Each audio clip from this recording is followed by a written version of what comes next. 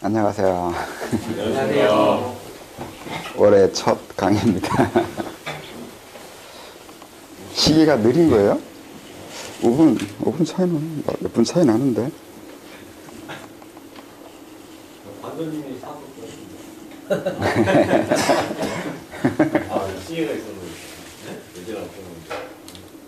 관도님 시계 보시면 강의가 있습니다. 병신년인데 무슨 계획 세웠어요? 조심 같아서요.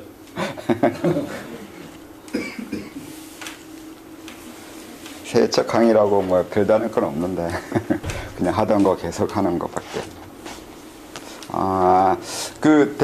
도화리 때 생각나는 거 적으라고 했죠. 네. 적으셨어요? 네. 몇 번 한 거지? 그게 2번인가 3번 한 것 같은데, 비슷한 생각들이 있는가도 봐야 되고, 그러니까 주로 생각하는 것이 뭔지 알기 위해서가 우선 첫 번째고요. 그 다음은, 생각이 일어나면 생각을 일어나게 만드는 감정이 있어요. 그래서 그 감정이 뭔지 찾아내야 돼요. 알아낼 수 있어야 되거든요. 그러니까 자기 관찰할 때 생각 나는 것을 관찰하는 거는 이제 기본적으로 하는 건데, 생각나는 걸 관찰하고 그 다음 게 생각나게 하는 걸 관찰해야 돼요. 그래서 처음에는 생각을 관찰한다고 그렇게 관찰하지만 나중에는 생각나게 하는 게 뭔지를 알아내야 된다고요. 그래서 생각나게 하는 그것으로 들어가면 대개는 감정이에요. 어떤 감정, 이런 감정, 저런 감정, 어떤 감정에 의해서 내가 이렇게 계속 생각하게 하고, 생각하고 또 하고 또 하고, 그게 너무 많이 일어나게 있으면 이제 그 부분에 대해서 내가 얼마나 그 감정이 중요하거나 나한테 어떤 영향이 있길래 그렇게 자꾸 반복하게 만드는지도 생각해 봐야 되고요. 그러려면 이제 자기가 어떤 생각하고 있는지 알아야 되고, 어떤 감정에 의해서 생각하는지 알아야 되고, 그리고 그 감정도 왜 일어나는지를 또 관찰할 수 있어요. 그러면 이제 3단계가 되죠. 생각. 우선 생각이 있죠. 생각이 일어나요. 네, 그리고 이 생각을 일어나게 만드는 어떤 감정이 있어요. 그리고 이 감정을 일어나게 하는 이 뭔가가 있죠. 이걸 대개가 성향이라고 그래요.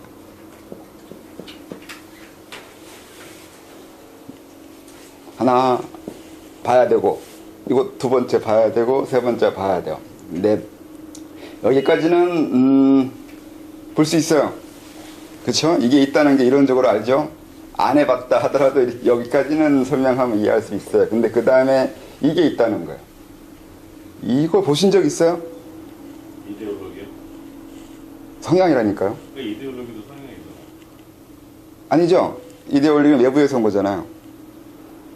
이건 내 안에 거예요. 이게 이데올로기가 만나죠. 만나는 거고, 이데올로기는 외부에서 주입되어 오는 거라서 이건 외부에 있는 거고, 이건 내부에, 내 안에 있는 거예요. 이거 보신 적 있어요? 자기 거. 이걸 보기가 힘들어요. 쉽게 볼 수도 있고 어렵게 볼 수도 있는데, 쉽게 보는 경우야 뭐 쉽게 보니까 말 안 해도 되는데, 어렵게 볼 때 어렵게 보는 이유 중에 하나가 인정하기 싫어요. 자기가 이 부분을 인정하기를 싫어해요. 나한테 이런 성격이 있다는 거, 아니면 나한테 이런 모습이 있다는 것을 부정하거나 원치 않아요. 그래서 외면해요. 그래서 맨날 보이는데 보지 못해요. 그 현상이 일어나요, 여기에서. 그래서 자기 관찰을 하라고 열심히 했는데도 자기가 왜 이러는지 모르는 거구나, 아니면 자기 자신에 대해서 모른다고 할 때 이 부분을 모른다고 하는 거예요. 내가 왜 그러는지 모른다니까. 물론 이제 여기가 수도하는 곳이니까 이제 수도적으로 설명을 하면, 내가 어떤 형상을 봐요. 타존재나 귀신이나 그 외 여러 가지 걸 본다 했을 때 이게 여기에서 보이게 하는 거예요. 이게 보이게 한다고요. 그러면 뭘 보게 되냐면 내 성향에 해당하는 것을 보게 만들어요. 그러니까 이게 투서라고 하잖아요. 이 부분을 뭐 심리학적으로는 투서라고 그래요. 투사를 시킨다고요. 여기서 투사시켜요. 바깥으로 보게. 이게 감정을 제어하고 감정의 생각을 제어하게 해요. 그래서 외부 이 대상을 이렇게 들어오게 하는 거란 말이죠. 그래서 왜곡이 일어나게 만든단 말이에요. 대상과 만나고 그 대상을 어떻게 볼지, 그 대상에 대해서 생각을 하게 되고 그 대상에 대해서 감정을 일으키고 그로 인해서 대상에 대한 판단과 분별로 어떤 행동으로 넘어가면서 그 사람만의 독특한 성향을 드러내게 된다고요. 그래서 타전자 볼 때도 여기가 보고 하는 거고, 내가 이 일상적인 대상이나 일상적인 생활할 때도 이게 보게 해요. 여기에서 이렇게 나간다고요. 그래서 이 대상을 보게 된다고요. 내가 기차를 보든 의자를 보든 사과를 보든 여기서 보게 한다고요. 더 어렵게 얘기하면 아레아식이라고도 할 수 있어요. 여기서 보는 거예요. 뭐 홀로그램 이론을 할 수도 있는 거고. 여기에서 보고 있는 의식은 여기에 있는데, 의식이 살고 있거나 세상을 보고 있는 게 아니라 여기에서 보고 있는 거라서 여기서 비춰요. 빛의 발광점이에요. 발광점이 상당히 안에 있어요. 밑에 아니면 깊이. 여기 있는 걸 찾아내야 돼요. 그래서 자기 관찰은 이렇게까지 들어갈 수 있어야 된다고, 이 부분을. 근데 어려워한다고 그랬잖아요. 어려워한다고 아까 말한 것이 뭐 일반적인 사물이야 일상생활을 하는 거니까 사람들이 어쩔 수 없이 적어도 보편적이나 일반적인 그 지식이나 대화를 할 수 있어요. 근데 보이지 않는 세계에 대해서는 이제 다른 사람들과 관계를 하지 않기 때문에 검증도 되지 않고 대화도 안 되고, 오로지 난 이거 봤다, 난 이러이러한 것을 경험했다고 말해도 누가 뭐라 하지 않는 부분에 대해서는 이제 자기 이 부분이 좀 더 노골적으로 드러나요. 그래서 어떤 걸 봤다고 했을 때 그게 정말 본 것이냐부터 시작해서 왜 그 사람은 그걸 보냐고요. 남들은 안 보고 있는데. 그때부터 이제 보는 것 그 자체부터 이게 시작되는 거예요. 남들은 안 보고 있다고요. 근데 본인은 봤대요. 왜? 어떤 성향이 그렇게 만들고 있냐고요. 여기서부터 시작하는 거예요. 그래서 본다. 무엇이 보였다고 말하기 이전에 봤다는 것 자체부터 이미 따지고 들어가야 돼요. 왜 나는 그걸 볼 수밖에 없는 성향을 가졌냐고요. 그리고 어떤 것이 보였을 때 왜 또 그게 그것으로 보였냐고요. 그 사람으로, 그 인물로, 그 성을 가지고, 또 그 때, 여러 가지가 또 마찬가지로 그것도 내 성향에서 만들어내는 거예요. 누굴 보고, 어떤 걸 보고, 어떤 걸 할 때, 이런 것도 다. 일상생활에서 그렇게 따지고 들어가는데, 그건 심리학도 많이 하니까 여기서 안 해도 되잖아요. 그러니까 보이지 않는 세계에 대해서도 그렇다고요. 어렵나요?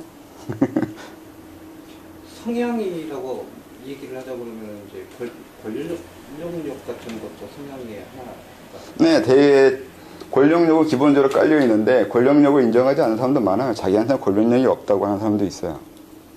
그런 새빨간 거짓말을 한다고요. 권력의 의미에 따라서 그러면 권력이 뭔지도 모른다는 얘기잖아요. 그렇게 얘기하려면 권력이 뭔지부터 얘기하고 나는 그런 권력 없다고 이렇게 얘기해야 되잖아요. 그리고 그 정도 사람은 별로 없어요. 아무도 단어 하나하나에 대해서 자기 의미를 이렇게 그 고심하면서 대화하는 사람은 철학자 외에는 없어요. 그래서 우리는 철학을 해야 돼요. 그런 걸 배워야 되거든요. 언어나 단어나 그 사고 개념을 배우는 사람들이거든요. 이 돛 닦는 게. 돛 닦는 게 그 항상 얘기지만 이상한 세계를 보려고 하는 게 아니라 개념을 보려고 하는 거라고요. 그건 철학과 똑같잖아요. 그래서 그걸 하라는 거지. 아, 예, 선생님, 제가 그 도안이 하고 네. 3번을 이렇게 쭉 써서 제가 오늘 와서 한번 쭉 읽어봤는데 3번을. 네. 그 제가 쓴 내용 쭉 보니까 그 뭐 욕망은 누구한테나 다 있는 거고요. 그 이런 계제가 올라가고 뭐 그리고 이제 소위 말하는 득도에 대한 강한 부러움과 질투로 가득 차 있더라고요. 예?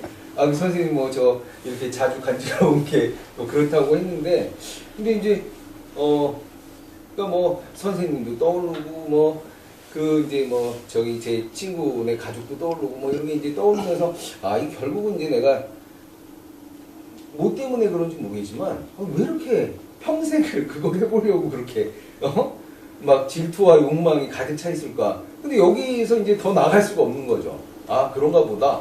그럼 이게 성향이라고 얘기할 수 있는 겁니까? 그건 이제 제가 뭐 왜 그런데 그렇게 많은 관심을 가질까? 예. 이거는, 그게 성향이라고 하면 우선 그러니까 성향으로 설명하면 우선 권력욕이에요. 그러니까 지금 말하고 있는 그 부분들이 권력에 해당하는 거거든요. 깨달음 자체가 권력이에요. 그러니까 권력에 대한 관심이 없으면 깨달아지지 않아요. 그래서 사람하고 대화할 때 이 사람이 권력에 대한 야심이나 야망이 없으면 가르치기 힘들어요. 이런 사람은 깨닫는 것에 대해서 잘 이해를 못해요. 그리고 또 권력에 대한 거, 뭐 그게 그냥 질투가 있다고 하고, 또 분야가 모든 거에 대해 다 질투가 느끼지는 않거든요. 내가 느끼는 질투에 해당하는 대상이 있어요. 그게 그러니까 나는 이 부분에 대해서 특히 마음이 쓰이는 그 부분이 있는 걸 알 수 있게 되는 거죠. 그러니까 이쪽 부분에 난 질투 느끼는 사람이라는 거죠. 나보다 잘생긴 사람한테 느끼는 건 남들 다 그렇지만 크게 중요하지 않거든요. 이 나이 돼가지고 나보다 잘생긴 사람 질투하는 건 좀 그렇고, 그래 죽을 때까지 느껴지는 대상은 있다고요. 이런 식으로 성향을 하기도 하는데, 그 다음에 또 하나가 있어요. 저요?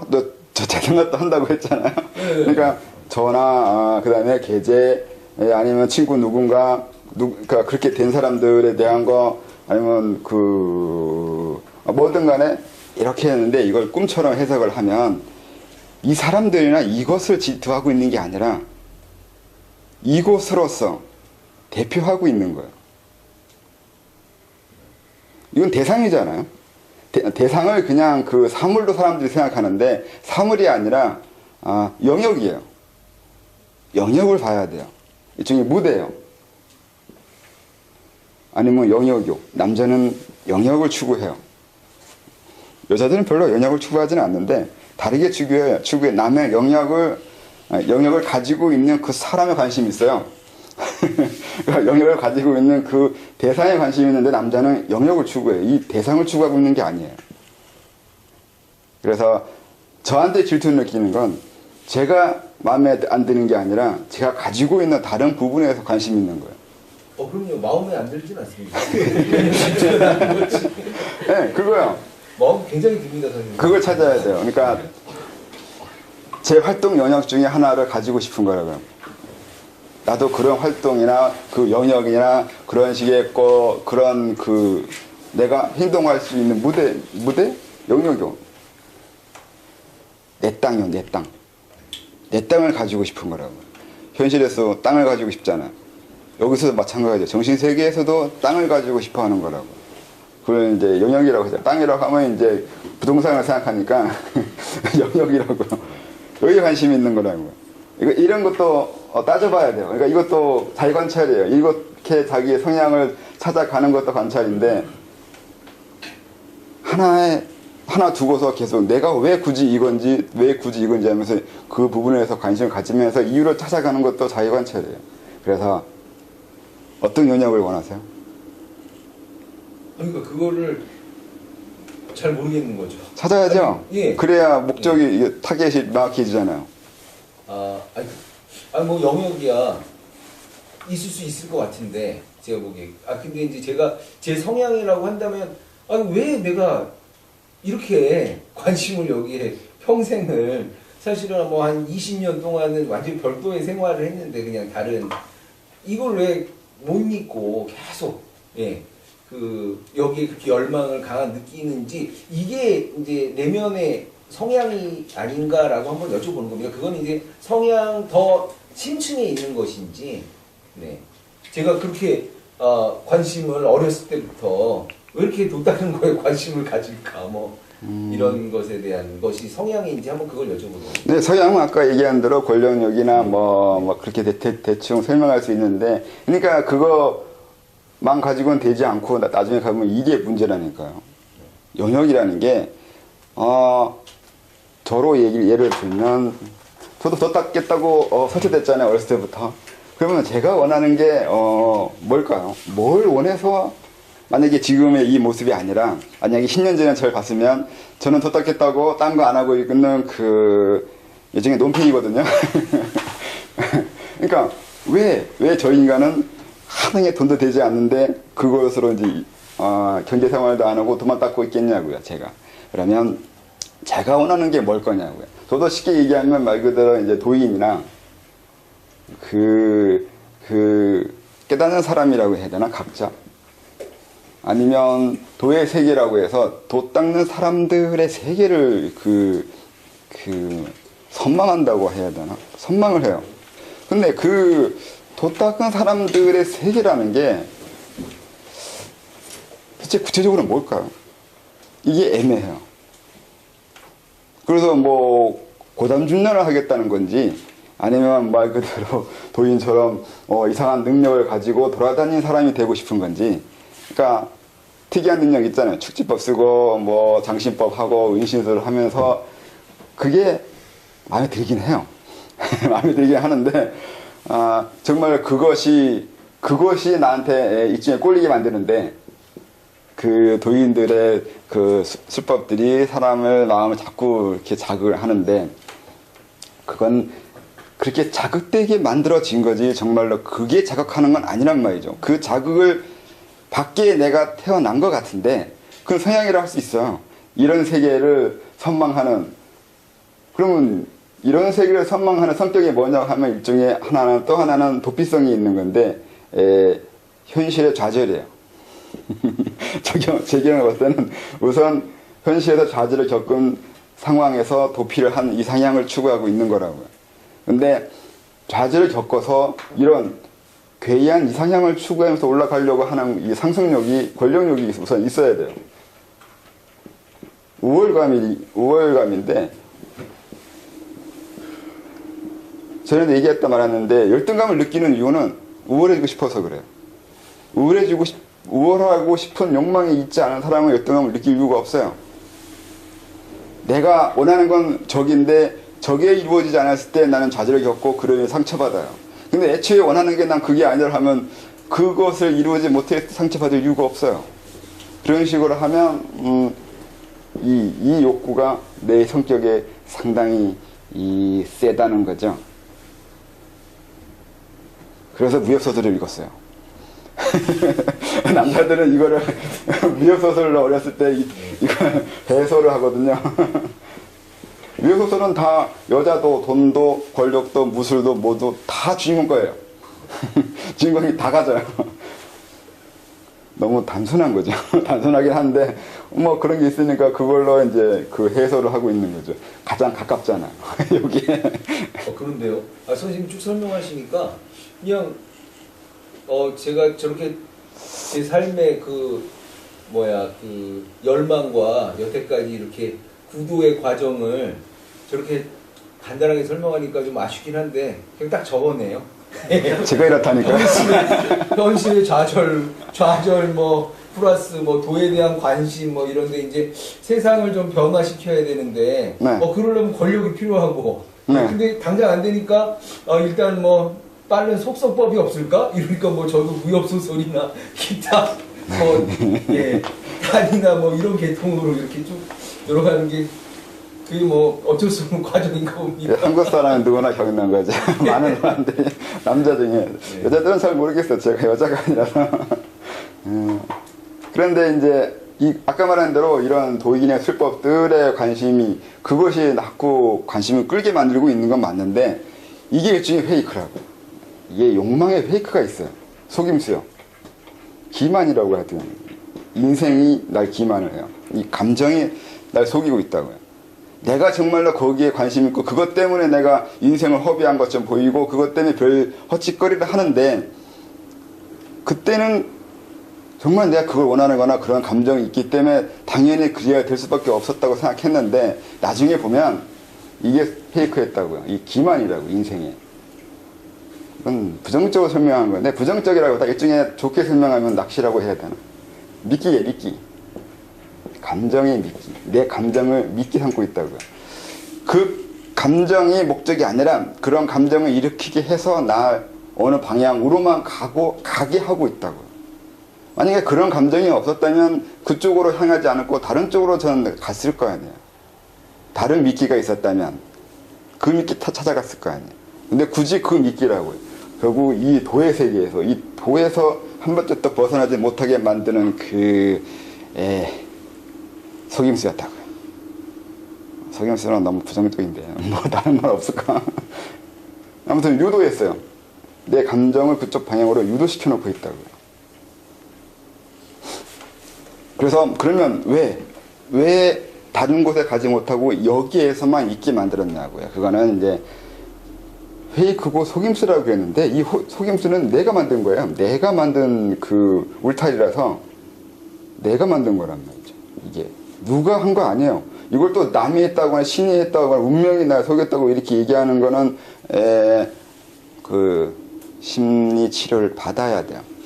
남 탓으로 돌리는 건 심리 치료를 받아야 되는 문제인 거고, 이건 내가 한 거예요. 분명히 내가 내 운명의 방향을 그쪽으로 정해놓고 있다고요. 그래서 그쪽 방향으로만 가게 하기 위해서 이런 감정의 미끼들이 세월 따라 있다고요. 그러면 뭐냐고요. 무엇 때문에 내가 이 세계에서 못 벗어나고 이렇게 감정을 미끼까지 주어가면서 짜맞춰 놓고 헤어나지 못하게 만들어 놨냐고 하면, 결론적으로 말하면 지금 이 모습 때문에 그래요. 저는 이 모습 때문에, 지금 이러하는 것 때문에 과거가 이렇게 했다고 결론적으로 말할 수 있잖아요. 이미 나이가 지나고 어느 정도 결과를 보여주고 있는 상태에서 이렇게 말할 수 있다고요. 저는 다른 사람들도 분명히 어떤 결과나 목적을 이루기 위해서 하고 있을 건데 아직 그 결과가 드러나지 않을 때는 뭐 할 수도 있어요. 근데 잘 생각하면 자기가 원하는 것도 어느 정도의 그 범위에서 알아낼 수 있을지도 몰라요. 전 어렸을 때가 아니라 젊을 때도 이렇게 낯을 가림으로 인해서 강의하는 거에 대해서 상당히 못할 거라고, 낯가리기 때문에 난 강의 절대 안 된다고 이런 생각했지만 한쪽에서는 결국 남 가르친 짓을 할 건데 라는 생각을 할 수밖에 없었어요.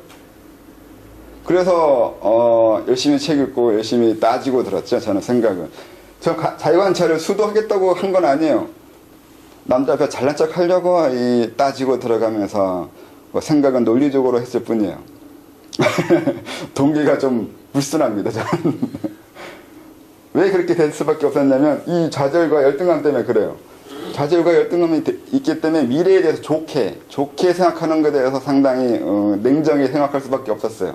돈도 없고 능력도 없는 상황에서 남 앞에 강의하려면 어떤 과정을 거쳐야지만 그게 가능할까요?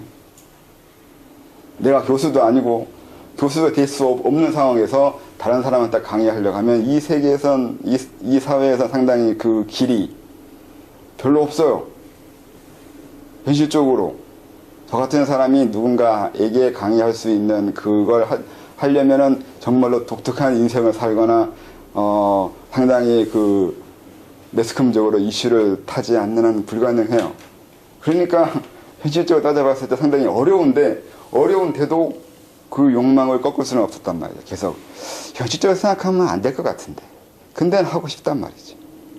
그러니까 열심히 따지고 드리고 우선 그래도 만에 하나 할 수 있는 거라서 생각을 많이 했죠. 생각을 많이 해서 감정이 있고 그 감정을 만들어내고 내가 왜 그렇게 이 감정에서 벗어날 수 없는지 따져보면서 성향을 찾아내게 되는 거고, 그렇게 성향을 찾다가 그러면 이 성향이 생기는 데에는 이 성향이, 그러니까 또 이것도 어려운 설명이긴 한데 내 성향이니까 이 성향이 내 정체성이 되거든요. 사람들한테 성향이 내 자아나 정체성이 돼요.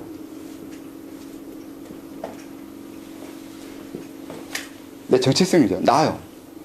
나를 이루고 있는 내가 나라고 하는 내 성격에 해당하는 많은 것들이 내 정체성이잖아. 근데 이 성격이잖아. 내 성격이요.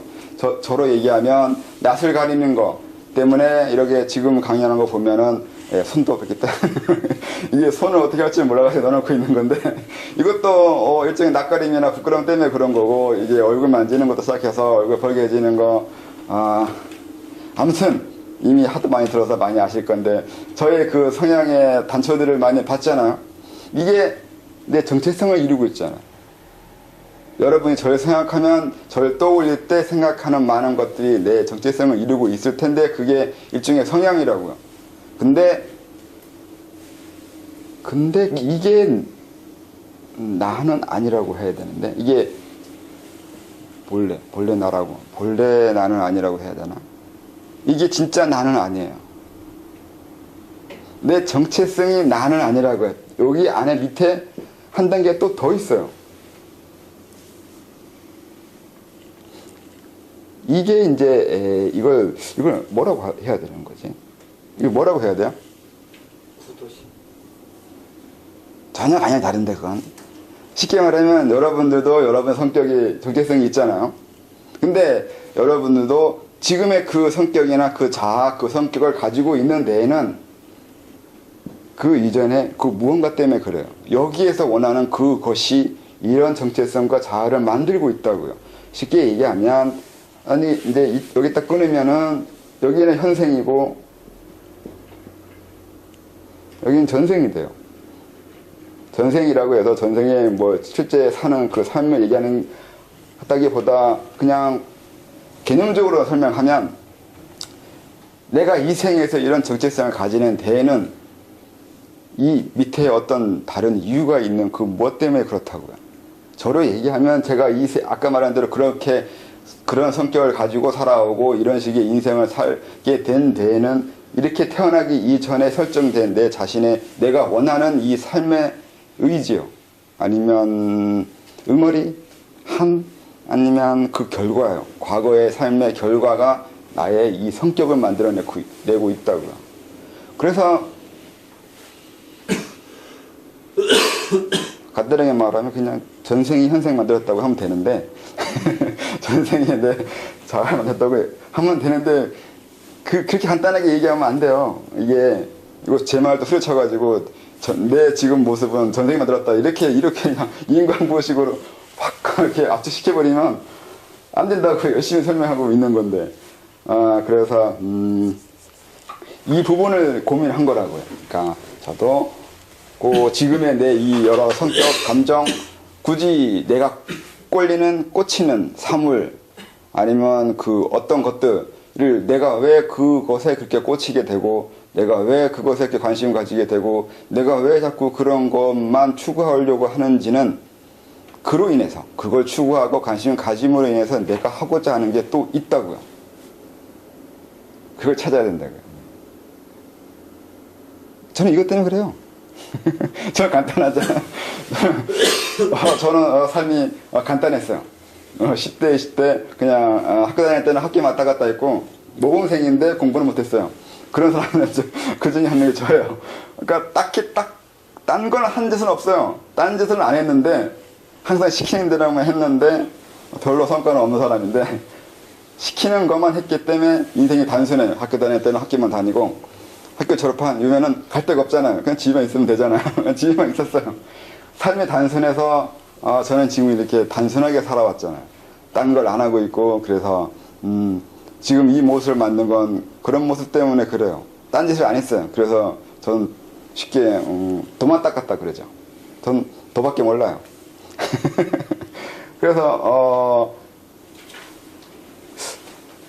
딴 걸 못하게 만드는 데에는 다른 이유도 있어요. 그래서 그러니까 다른 외도한다고 해야 되나?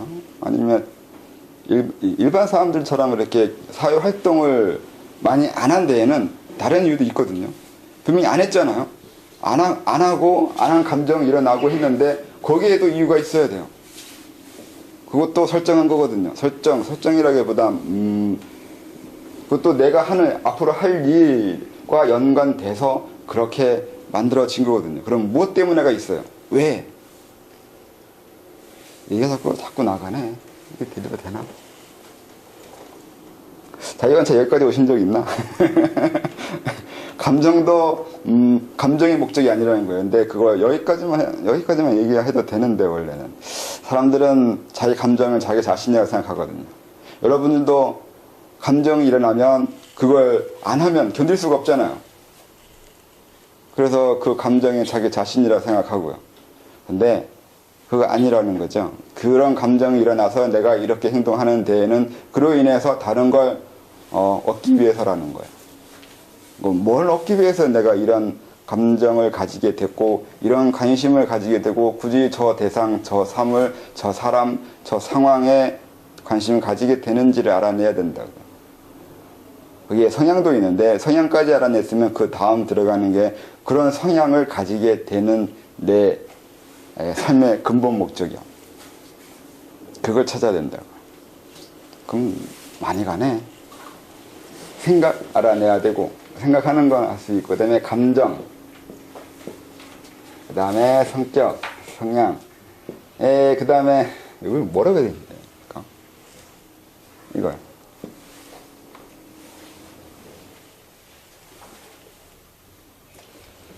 의지라는 것도 없습니다. 의지.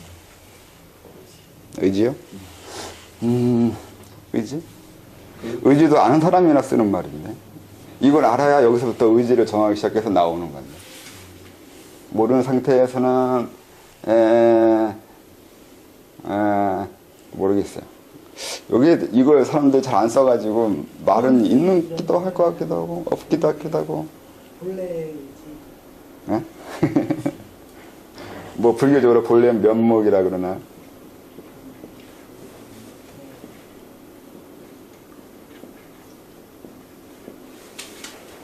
미생전이라 그러잖아요. 미생전. 태어나기 이전.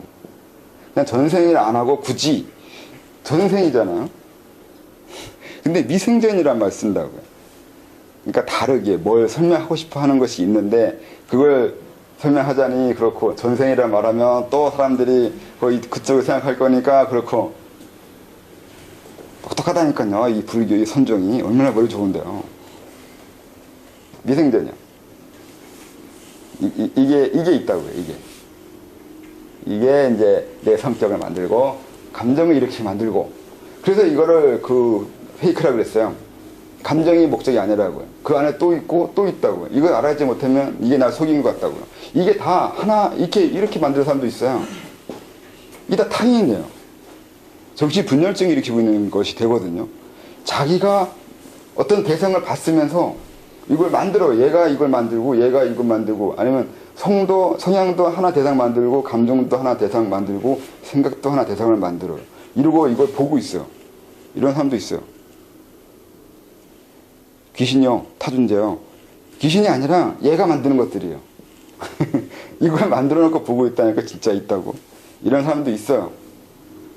그래서 저 같은 경우도 만약에 어떤 분이 수련을 하다가 뭘 봤다고 하면 이분이 뭘 보고 있는지부터 따져봐야 돼요. 이걸. 그래서 무조건 본 걸 가지고 인정해 줄 수는 없어요. 그분이 이거 어떤 거 여기에서 만들어낸 것을 보고 있으면 이거 해결하는 데까지 기다리고 해결해야 되는데 이게 정말 힘들어요. 이걸 아까 말한 대로 성격을 알아내는 것 중에 가장 힘든 것이 이 감정도 그렇고 인정하기 싫어해요. 자기의 본래 모습, 자기의 본래 성격, 자기가 이러고 있다는 거, 내가 이런 감정이 있고 이런 욕구가 있다는 걸 인정하기 싫어해요. 인정하기 싫어하는 데는 두려워서도 있고 창피해서도 있고 너무 익숙해서 이해를 못하는 경우도 있고 그래요. 그 사람이 왜 굳이 이렇게 하나하나를 타인처럼 만들어 놨냐도 있어요. 이 이유가 있어요. 이 이유도 알아내야 돼요. 이상하다고요? 아니요, 이상하지 않아요. 생각보다 이런 사람 많아요. 생각보다 이런 사람들이 흔히 발견돼요. 저도 간영조 열면서 2사람 봤어요. 꽤 있어요. 이게. 그리고 2사람만 본 건 아니구나. 더 많이 봤네. 네, 더 많이 봤어요. 2사람 아니에요. 그게 계속 지속적으로 오래 관계한 사람들 중에는 3사람인 거고 지나가면서 본 것까지 하면 더 많아요. 많아요, 생각보다. 이런 게. 그리고 재밌죠? 이걸 알아야식을 하든 이걸 알아야식을 하든 뭘 하는데 이게 여기에서 결국 여기 이게 이 모든 걸 지배하고 있다고. 이걸 여기서도 제어하고 있다고. 이게 이 제어가 간접적이잖아요. 상당히 간접적인데 직접적이에요. 이렇게 넘어가면 이미 무의식이 되거든요. 무의식이 되는데 이 무의식이 우리를 직접적으로 움직이고 있는지 간접적으로 움직이는지 여기는 상당히 직접적으로 날 지배하고 있잖아요. 여기 의식을 나라고 하면 근데 들어갈수록 간접적으로 날 지배하고 있는데 이 간접적으로 날 지배하고 있는 이 뒤쪽이 더 힘이 세요. 이게 더 거부하거나 바꾸기가 힘들어. 이 들어올수록 바꾸기 힘들어요. 간접적인데 오히려 더 힘이 세요. 이걸 알아내기가 상당히 힘든 것 중에 하나가 사람들이 인과 법칙에 너무 매몰돼서 그래요. 내가 발 걸어야지만 저 사람 내가 넘어뜨린 것처럼 이렇게 간단하게 생각하는 인과 법칙이 눈에 띄고 시간적으로 가깝고 공간적으로 가까운 것만 인과 법칙을 인정하는 그런 이해로서는 이 간접적인 그 영향력을 알아낼 수가 없어요. 시간 타임이 지연이 상당히 오래 걸린다는 거예요. 그리고 공간적으로 상당히 멀리 있는 거예요. 이런 인과관계를 이해할 수 있어야 여기까지 올 수 있어요.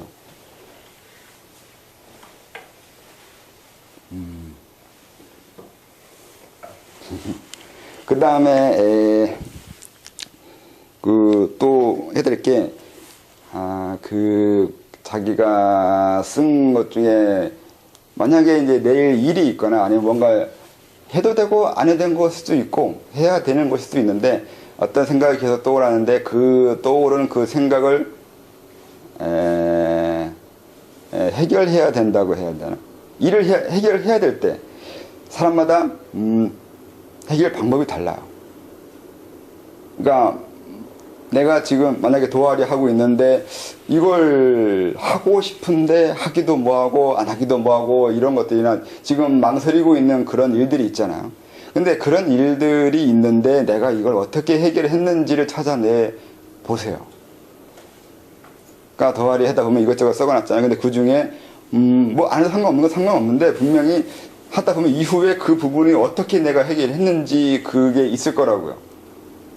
내가 생각한 것이 있는데 그 생각한 그것을 내가 어떻게 처리했는지 아니면 해결했는지 그걸 알아내 보라고요.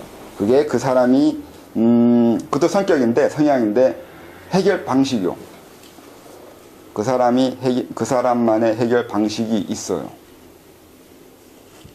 대놓고 직접적으로 가서 해결하는지 아니면 해결하길 기다리는지 아니면 다른 사람을 통해서 해결하려고 하는지 그런 식이요.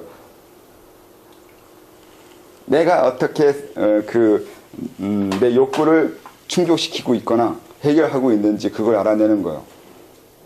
그러니까 그건 시간이 걸릴 수도 있어요. 그래서 그 시간을 두고서 봐야 돼요. 그래야 이제 나중에 그게 도움 많이 돼요. 내가 어떤 걸 떠오르거나 뭔가 하고 싶은데 이거를 어떻게 해결하고 있냐고. 당장 해결할 수 없는 것들에 대해서 지속적으로 해결하려고 계속 애쓰고 있을 수도 있고 해결될 때까지 기다릴 수도 있고 뭐 다양한 방법이 있는데 그걸 찾아가 보시라고요. 내가 그 삶을 해결하는 방법이요. 저는 기다리는 사람이야. 게을러서 게으르기도 하고 사람 만나는 거 싫어해서 될 때까지 기다리거나 안 되면 말거나 포기. 두 개가 제일 많아요. 기다리거나 포기하거나. 선생님, 그게 미생이라고 하면은 일종의 운명이지 않습니까? 운명이라고 하는 거는 정해진 어떤 굴레가 있다는, 그러니까 결정된 어떤 질서가 있다라는 그런 뜻이 아닐까 싶어요. 운명이 가깝죠.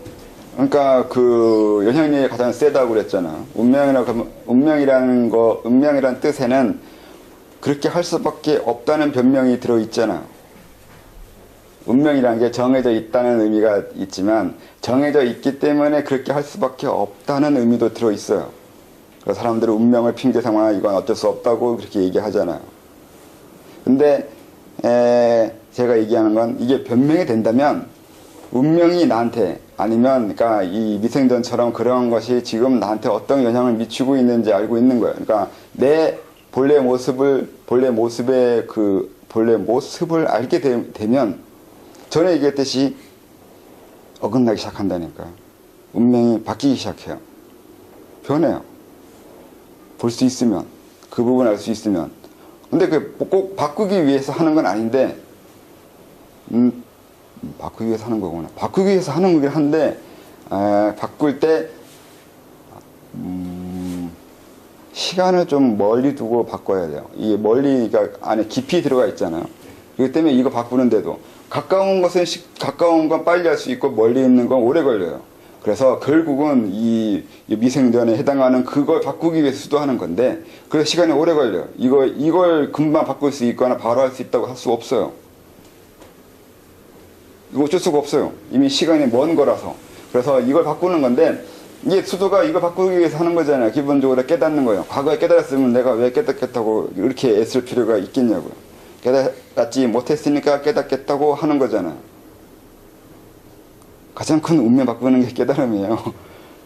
과거에 못 깨달았다는 것을 지금 깨달았다는 얘기는 과거의 나와 지금의 나가 완전히 달라진 거잖아요. 그럼 그것 자체가 이미 달라진 거죠. 엄청나게 운명을 바꾼 거죠. 그렇기 때문에 깨달음이 힘들죠.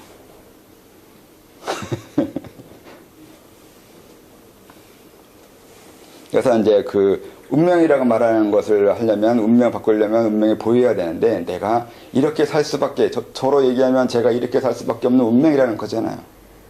그래서 그걸 거부하겠다는 것이 아니라 어떤 운명으로 내가 세팅되어 있는가를 우선 보는 거고, 그게 마음에 들면 하는 거고, 마음에 안 들다고 포기는 못해요. 근데 지금은 포기 안 되는데 이후에는 포기하겠다고, 이후에는 다르게 하겠다는 결심을 하게 되겠죠. 그래서 그 결심이 무르익어서 나타날 때 아마 다음 생이나 다음 생이나 아니면 먼 시간에 내가 원하는 그 모습으로 내가 다시 탄생되겠죠. 그래서 이제 어느 정도 깊이나 어느 정도에 해당하는 거에 따라서 그걸 바꿀 수 있는 기간도 달라지는 거예요. 이런 것들을 자기가 임의대로 할 수 있어야 된다고요. 보이면 할 수 있거든요. 그래서 보려면 이렇게 자기를 관찰에 들어가고, 관찰에 들어가다 보면 그렇게 이런 것들이 보이면 그걸 어떻게 할지를 결정해야 되고, 결정하면 그렇게 되겠죠.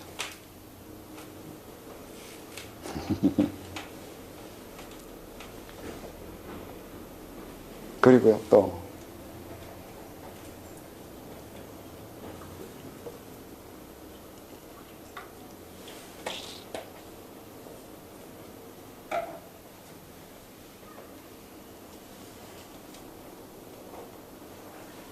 이해됐어요? 됐어요.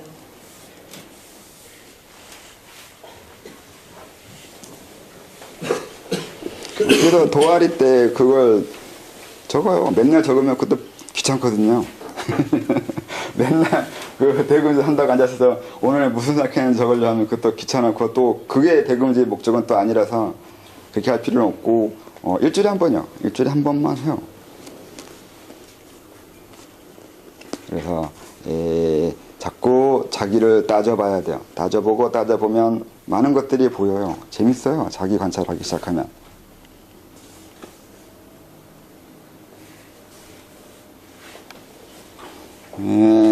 어디부터 해야 되는지는 잘 모르겠는데요. 그냥 건너뛰어버릴 거예요. 건너뛰어서 그냥 40페이지. 어디부터 해야 되나, 여기도. 세 번째 단락. 신비체험이나 환상적 경험이 각성의 환이나 인식의 전환이나 변성을 하는 것이고, 경물치지의 경험을 하는 것이라고 생각합니다.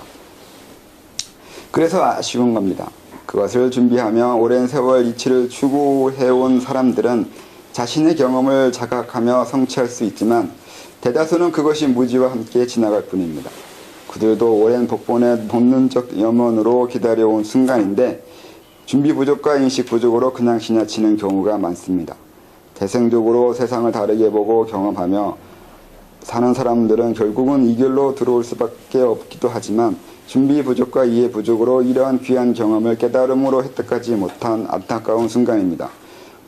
즉 깨달음도 힘들지만 내가 보기에는 깨달음을 획득하는 것이 더 힘들어 보입니다. 이게 뭔 얘기냐면 사람은 여러 경험을 하는데 각성 체험이나 신비 체험은 쉽게 할 수 있어요. 또 그렇게 엄청난 신비 체험을 할 필요도 없고요. 제가 책에 썼듯이 그냥 커피 한 잔의 즐거움이라든가 이게 감정적인 거든요. 어떤 감정적인 상황, 감상적인 몰입이요.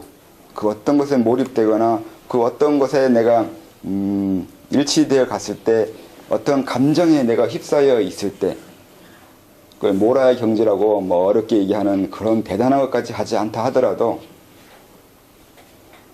그런 경험이 있잖아요. 쉽게 차를 그래서 마시는데 여러분들 기호식품들 있잖아요. 밥 외에 먹는 것들은 다 이 감정적인 뭔가를 촉발시키기 위해서 먹죠. 그게 다 신비한 체험이에요. 그게 강하면 말 그대로 마약처럼 엄청나게 큰 힘을 발휘하는 그런 충격적인 경험을 하게 되지만 꼭 그런 경험만 사람들이 신비 체험이라고 생각을 해요.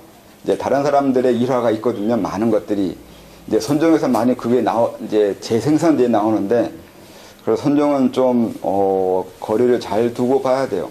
이게 사람들은 남의 얘기는 선망해요. 별거 아닌 내용인데도 남이 하면 뭔가 있어 보여요. 대단해 보이고. 사실 별거 아니거든요. 이걸 항상 염두에 두고 봐야 돼요. 다른 사람이 쓴 글이나 얘기를 들을 때 제 얘기도 마찬가지예요. 제 얘기도 그렇게 거리를 두고 봐야 돼요. 대단하다고 보기 시작하면 엄청 대단한 거고 별거 아니라고 생각하면 진짜 별거 아닌 거예요. 이거 마음 정하고 봐야 돼요. 항상 그 객관성을 유지해야 되는데 내가 그 어떤 것에 몰입되어 갔는지도 항상 봐야 돼요. 자기 관찰한다고 했잖아요. 관찰하는 것 중에 또 하나가 깨어있는 거예요. 깨어있으란 말은 또 이제 많이 하잖아요. 깨어있는 거를 모르는 사람은 없어요. 다 하잖아요. 근데 깨어있는 것 중에 하나가 이거예요. 내가 어떤 감정에 지금 빠져있는지를 알아내는 거예요. 지금 여기 있는 사람들은 저한테 빠져있는 거예요. 그러면 안 된다고요. 그 거리를 둬야 돼요. 항상 이 거리를 두는 방법을 배워야 돼요. 익혀야 돼요. 맨날. 여러분 감정 없는 시간은 없어요. 1분 1초라도 감정 없이 있는 시간은 존재하지 않아요. 있는 것 자체가 이미 감정이에요. 그래서 항상 어떤 감정에 빠져 있으니까 내가 어떤 것에 빠져 있는지를 알고 있어야 돼요. 처음에는 그래요. 처음에는 항상 내가 그 어떤 감정에 빠져 있는지를 알아내야 되고 시간 지나서 익숙해지면 뭐 상관없기도 해요. 어떤 감정에 빠져 있든지 깨어 있든지 말든지. 나중에는 깨어 있어야 되는 게 제일 중요하긴 엄청 중요한데 그 다음에는 깨어 있지 마세요. 깨어 있지 마삼. 제발 깨어 있지 마세요. 깨어 있는 거 피곤해요. 그러니까 처음에는 깨어 있어가지고 깨어 있는 게 뭔지 알게 되면 나중에는 깨어 있지 않게 돼요. 깨어 있지 않으면 어떻게 되냐면 그냥 그렇게 살아가요. 아무것도 이렇게 따질 것도 없고 깨어 있는 게 잘못하면 그렇게 또 넘어가요. 이것도 피해망상이 되는 것이 있거든요. 깨어 있지 않으면 안 된다고 생각하는 그 부담감을 가지게 돼요. 그러니까 이것도 깨어 있어야 되지만 깨어 있겠다고 하면 안 되고 깨어 있는 게 뭔지 알고 또 해보고 익숙해지면 나중에는 깨어 있지 않게 돼요. 깨어 있지 않다고 해서 얻었냐면 그것도 아니에요. 이것도 설명해야 되나? 아까 얘기한 걸로 하면 깨어 있지 않는데 사람을 또 이제 그 불교나 선정에서 또 이제 원래 걔네들을 잘 알거든요. 이걸 가끔이긴 하지만 그 선성이 위대한 선생들이 있어요. 그런 선생들이 쓰는 얘기가 있어요. 어두운데 밝은 거라고 해. 이런 식으로 쓰는 것들이 있어요. 그 어두우면서 밝은 거예요. 밝으면서 어둡고 어두우면서 밝아요.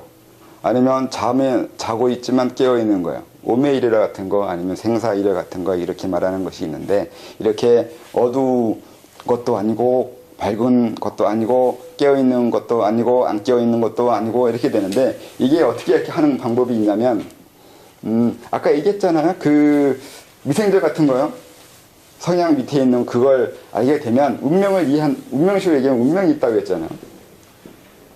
그래서 어떤 걸 하게 되냐면 깨어있는 것에 집착을 하게 되면 자기 운명을 어떻게 바꾸겠다고 바락바락하고 있는 거예요. 그래서 그 깨어있지 않아도 되는데 내가 아무리 열심히 깨어있다고 해도 깜빡거려요. 이건 어쩔 수가 없어요.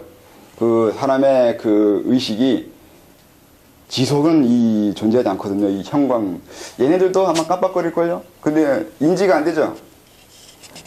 네, 그런 거예요. 우리가 아무리 나 깨어있으니까 눈 부릅뜨고 가만히 있겠다고 해봐야 이미 저쪽에서 한번 여자 신음소리 들리면 의식은 이미 갔다 왔어요.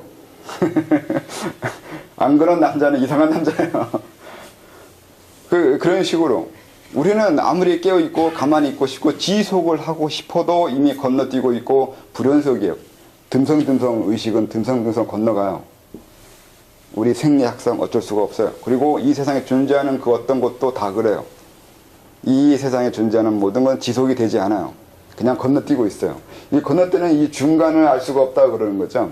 양자물리학에서. 알 수 없다고 그래요. 알 수 없는 게 아니라 알지 못한다는 무식이란 얘기인 거고 이걸 건너가는 방법을 연구하는 과학자도 있어요. 이론을 내세운 사람도 있는 거고 뭐 그거야 그쪽 얘기지만 아무튼 우리가 깨어있는 거에 집착하지 않는 이유는 그래서 그래요.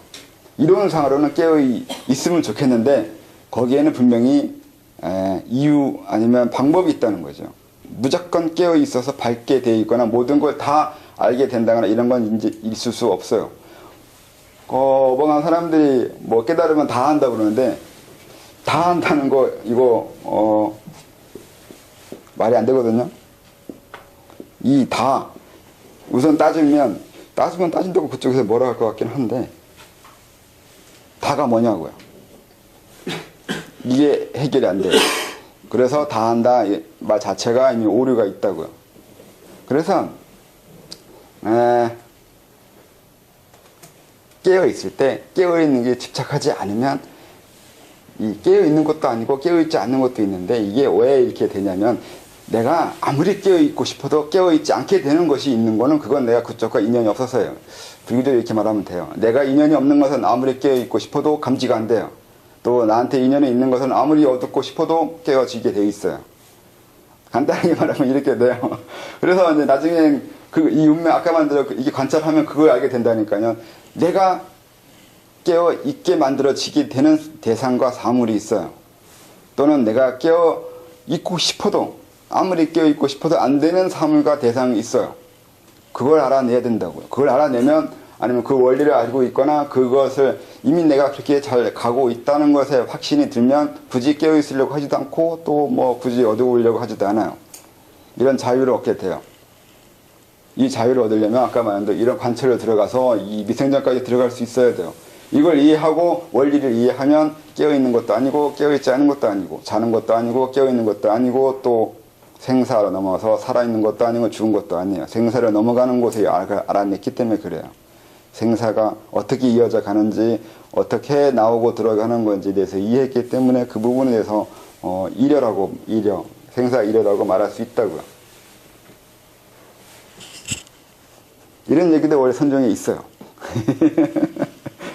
먼저 그걸 찾아가지고 일일이 공부하는 게 너무 힘드니까 안 하겠지만 이렇게 설명되어 있지는 않은데 거기에도 나름대로 설명되어 있어요. 선태정에 보면 초능력이라거나 초연 능력을 하는 방법이 나와 있어요. 거기에 나오는 게 관조법이에요. 관조법은 내심법이라고 하나 그렇게 나와 있어요. 자기 안을 들여다보는 거예요. 자기 내면을 깊이 들어가면 그 안에 다 이 능력이 나온다고 하는 식의 말이 선태정에 있어요. 지금 선태정 말고 저 당나라 때 선태정. 천태지가 쓴 책에 보면 있어요. 이미 천태정이나 화엄지 그때 이론적인 것은 다 있어요. 그 이후에 새로 만들어지는 거 없어요. 이론이라는 게 한계가 있어서 몇 개 외에는 없는 거라서 새로 만들어진 이론은 없어요. 그냥 덧붙이고 이것저것 덧붙이고 강조하고 강조 부분이 다르거나 뭐 그렇게 되어 있는 거지 새로운 건 안 나와요. 굳이 새로운 것이 나올 필요도 없고요. 조금 전에 설명에서 네. 알아차려지는 것도 있고 알아차리지 못한 것도 있다고 하는데 네. 알아차리지 못한 것을 어떻게 알 수 있습니까? 많아요. 알아차려진 게 오히려 몇 개 안 돼요. 깨어있는 거 저 구라예요. 내가 아무리 깨어있어봐야 깨어있는 게 몇 개 돼요. 우선 오감이잖아요. 우선 눈에 보여야 되고 들려야 되고 냄새 맡고 맛을 보는 거예요. 이게 깨어있는 거라고요. 오감이에요. 오감 외에 무엇을 깨어있으려고요. 아무리 깨어있어 봐야 이 오감으로 들어오는 것밖에 없어요. 게다가 또 여기에 뭐가 문제가 있냐면 눈에 보인다고 해서 다 나한테 감지가 되냐고요. 감지 안 돼요. 내가 모르는 사물은 봐도 보자마자 잊어먹어요. 내가 오늘 여기 기차역에서 여기까지 오는데 내가 몇 가지를 봤을 것 같아요. 몰라요. 뭘 봤는지 나 기억 안 나요. 내가 뭐 아는 것만 기억나죠. 자동차 봤으니까 자동차 아니까 자동차 봤겠고 건물 봤겠고 도로 봤고 그 다음에 뭘 내가 봤을까요? 사람도 봤나? 그렇게 해요. 근데 무의식은 알고 있다고 하죠. 이제 기억력이 좋으니까 오늘 본 거 들은 거 다 기억하겠죠. 근데 그게 보는 건 다 보고 듣는 건 다 듣고 다 하는데 이제는 내 의식에 들어오냐고요. 여기 깨어있는 건 의식이 들어오게 한다는 거거든요. 근데 의식에 들어오지 않는 게 있고 의식에 들어오는 게 있다고요. 의식에 들어오는 것이 내가 그걸 들어오게 해야지만 하는 것들이 있는 거고 들어올 필요가 없는 것들이 있는 거예요. 그래서 의식에 들어오는 것은 그게 들어올 수밖에 없는 것이 있기 때문에 왜 이걸 내 의식에 들어와야 되는지를 오히려 따져야 된다고요. 들어오지 않는 것은 왜 들어오지 않느냐고 따져야 되는데 뭐가 들어오지 않은 건지 알 수 없어서 따질 수가 없는데 그래서 이제 말하는 것 중에 하나가 이제 보이는 거 시각으로 얘기하면 내가 개념적으로 알고 있는 것만 보고 개념적으로 알고 있지 못한 것은 보이지 않아요. 봐도 봤는 줄 모른다고요. 그래서 우선 내가 뭐를 알고 있는지를 명확하게 알아야 내가 모르고 있는 부분으로 확장해 나아갈 수 있어요. 그게 경계를 넘어가고 한계를 넘어가는 거라고 하는 것이 있어요. 근데 이것도 그렇게 해서 계속 하나하나 보여지지 않았던 것을 계속 보겠다고 이렇게 하나하나 확장해 가야 되냐면 그렇지 않다고요. 이걸 하다 보면 이게 지난한 작업인 거지 불필요하다는 걸 알게 돼요. 그래서 보여지는 것도 보여져야 되는 때가 되면 어떻게든 보여지게 되어 있어요. 이것도 아까 또 말한 운명제 넘어가는 건데 내 인생에서 그때 그것이 보여지거나 그것이 내 의식에 들어와야 된다 하면 그건 들어오게 돼요. 그래서 이런 것들은 아까 말한 대로 저 미생전 아니면 성향 이전의 것에 대해서 이해할 수 있어야 그런 것에 대해서 별로 이렇게 집착하지 않게 된다고 하나? 그렇게 돼요. 그러니까 알아야 돼요. 알아야 깨어 있을 수 있어요. 어렵나 말이?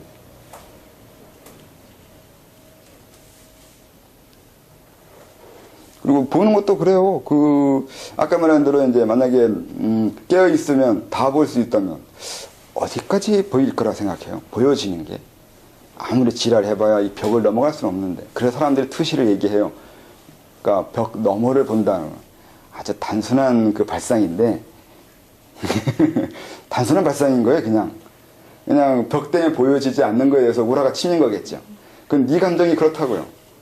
벽에 가려지는 것에 이점에 대해서는 관심이 없다는 거잖아요. 벽에 가려짐으로 해서 얼마나 이게 행복한데요. 이게 얼마나 행복하냐면 이런 것도 있어요. 이 전이라는 개념이 있는데 같은 공간에 있으면 그 사람이 굳이 나한테 마음을 전해주지 않았는데도 느껴요. 같은 공간에 있는 그것으로 인해서 동화되거든요. 근데 여기 중간에 벽 차양만 하나 쳐도 안 느끼게 돼요. 사람은 이 벽이라는 게 무의식적으로 벽은 구분이 된다 하는 그 무의식적인 자기 개념이 있어요. 그래서 벽을 치면 무의식이 단절돼요. 얼마나 이 벽이 아름다운지 아주 이게 저한테는 엄청나게 좋은 좋은 거예요. 그 투시 안 해요. 단절이 안 되는 게 있는데 예. 그리고 이렇게 전화를 받았다던가 예. 그러면 이제 그 상대방의 어떤 그 전화 받은 것 뿐인데 막 뭐 온몸이 와들와들 떨린다던가 이제 뭐 그런 게 처음에는 이게 내가 그런가 하고 굉장히 이게 소심해지고 이상하게 생각했는데 나중에 이렇게 보니까 그 타인들한테 이게 전달돼서 오는 게 느껴지거든요. 네. 그런 것 때문에 굉장히 그게 통제가 안 되니까 힘들은데 그런 건 왜 그런 거예요? 그거는 우선 전에는 그 뭐라고 해야 되나? 그 예로만 들면은 내가 누군가를 생각하면 그 생각으로 인해서 그 사람에게 접촉이 돼요. 엄밀하게 말하면 내가 그 집중을 하면 인당에서 기운이 나가고 그 기운이 그 대상에게 들어가요. 접촉이 돼요. 그쪽과 이쪽과. 내가 누군가 통화하는데 그 사람을 생각할 수밖에 없잖아요. 게다가 이 전화를 통해서 연결됐다는 그 생각을 하잖아요. 아까 말한 대로 이거 벽도 무의식이거든요.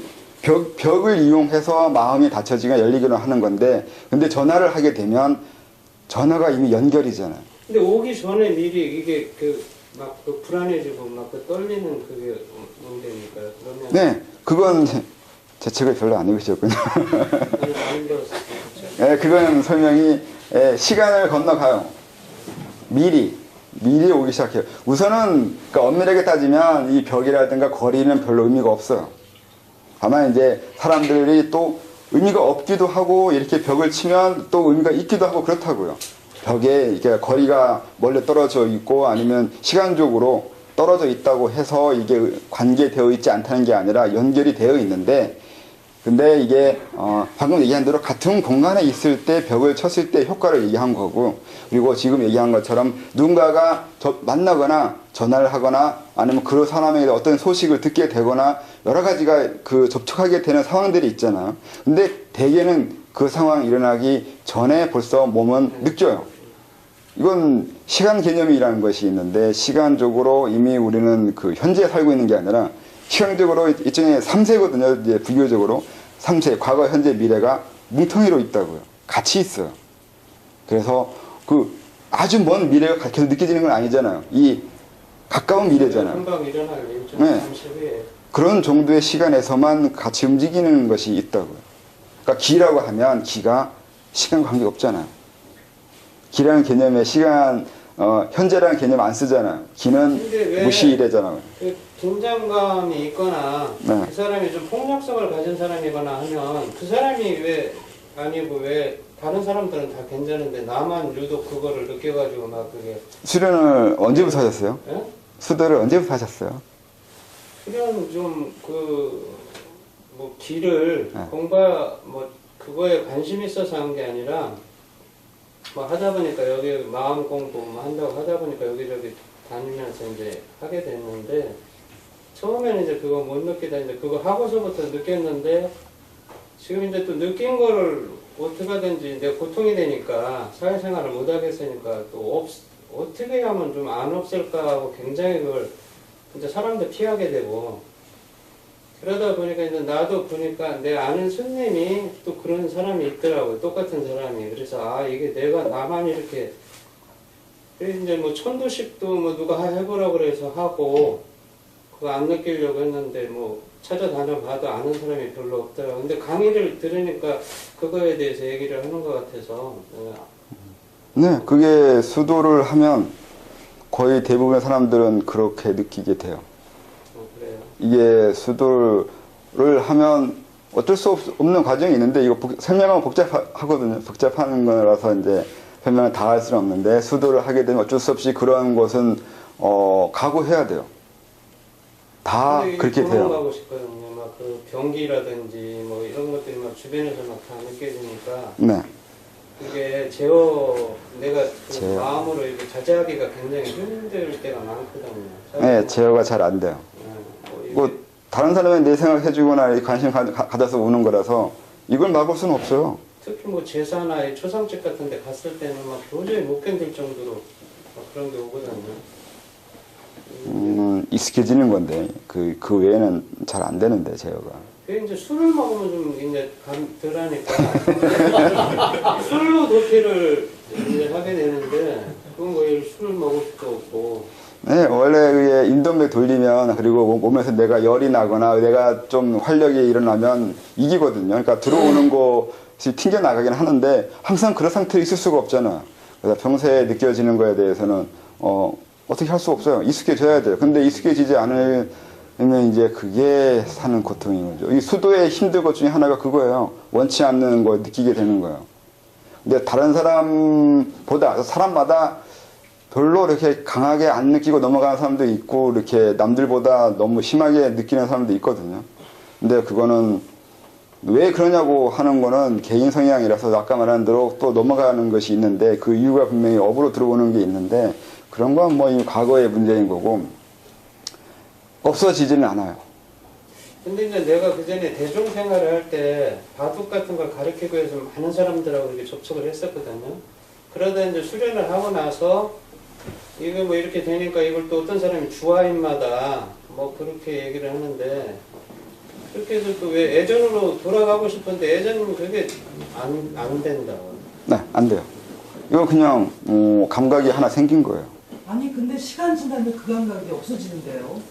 네, 익숙해지면. 장소를 떠나거나 뭐 이제 혼자 있고 그러면 그런 건 없어지는데 넘어갈 수 있을 것 같아요. 또 어떤 때는 집에 와서 한 하루 종일 또 앓기도 하거든요. 그게 그 사람 힘든 거를 막 이제 그게 보면 없어지는 방법은 아니 뭐 계제가 올라가거나 수련 더 해가지고 강화되면 내가 감당하는 힘이 세지는 게 있는데 네.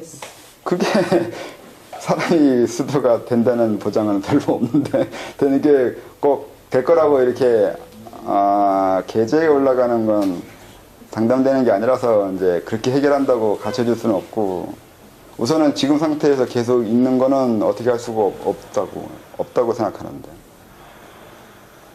방법은 그거 있어요. 그러니까 수도 더 해서 올라가면 있어요. 되는 방법이. 근데 그럼 어떻게 해야 되나? 저도 그랬는데 없어졌어요. 없어졌어요. 예. 뭐 기술을 책을 열심히 했죠. 공부를. 책을 열심히 했죠. 아니 저도 뭐 이게 내 의지가 아니고 뒤로 다 10분 쉬었다 하겠습니다.